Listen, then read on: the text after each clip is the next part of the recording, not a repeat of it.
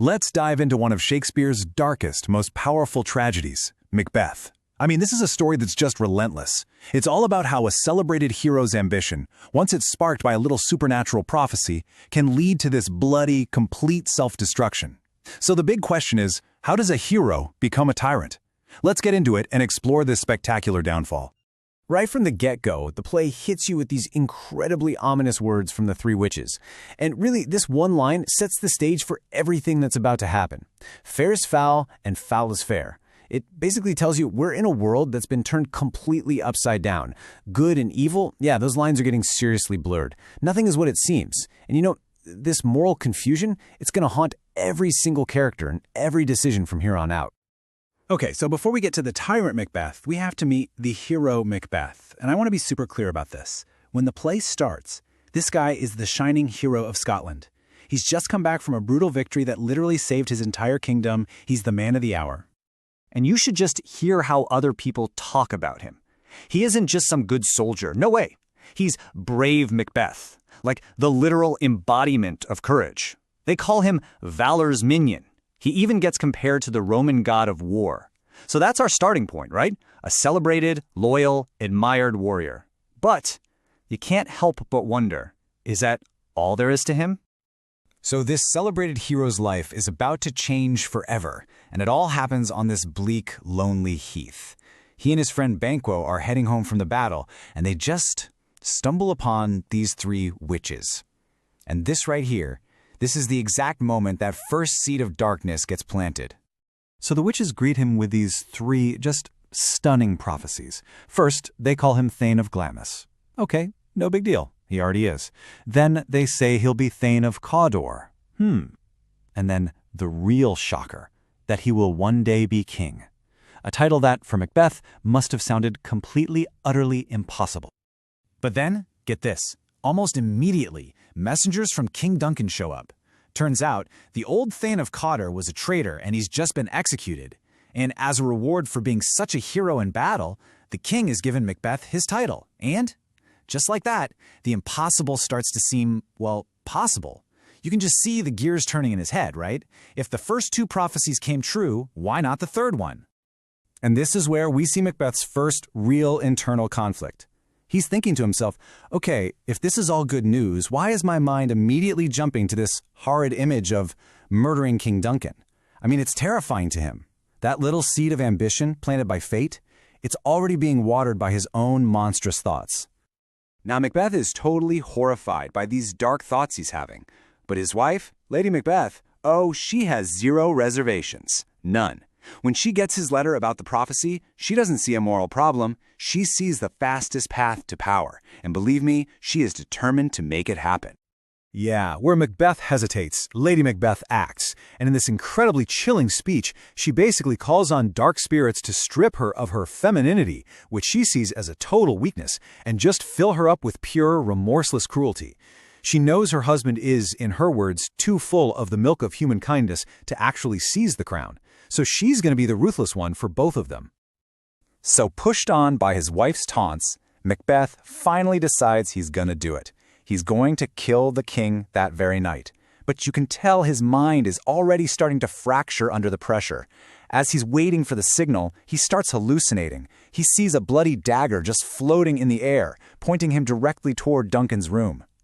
And he knows it's not real. He even calls it a dagger of the mind, right? A false creation from his feverish, guilt-ridden brain. But still, it's the perfect symbol, isn't it? It's his own bloody ambition leading him on, a physical manifestation of the horrible thing he's about to do. And the second the murder is done, boom, Macbeth is just completely consumed by guilt. He's staring at the blood on his hands, and he's convinced that not even all of the ocean could wash them clean. In fact, he thinks his hands would just turn the entire ocean red. He knows instantly that this stain isn't just physical, it's permanent, it's spiritual. And then you have Lady Macbeth, in stark contrast. She shows up, and she's just cool, pragmatic.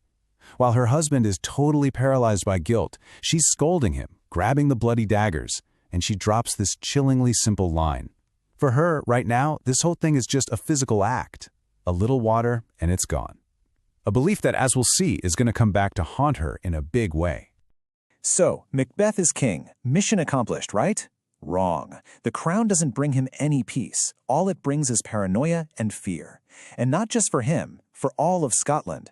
He can't stop thinking about the witch's prophecy for his friend Banquo that he would be the father of kings. So, to secure his throne, Macbeth decides his old friend has to die. The hero is officially gone. The tyrant's cycle of violence has begun. So, to celebrate his coronation, Macbeth throws this big royal banquet. But when he goes to take his seat at the head of the table, he stops dead in his tracks. Why? Because someone's already sitting there. It's the bloody ghost of Banquo, the man he just had murdered. And the worst part? No one else can see a thing. He absolutely erupts in terror. He's shouting at an empty chair, basically exposing his guilt to all of his horrified lords. This is the moment his private torment becomes a very public spectacle. He's not a revered king anymore. He's an unstable tyrant, and his own reign of fear has pushed him into total isolation. So driven by all this fear, what does he do? He goes back to the witches. And they give him 3 new prophecies. The first one is a warning. Beware Macduff. But the next 2? They make him feel absolutely invincible. I mean, think about it. No man born of a woman can harm him? And he's safe until a forest literally gets up and moves? He thinks he's untouchable.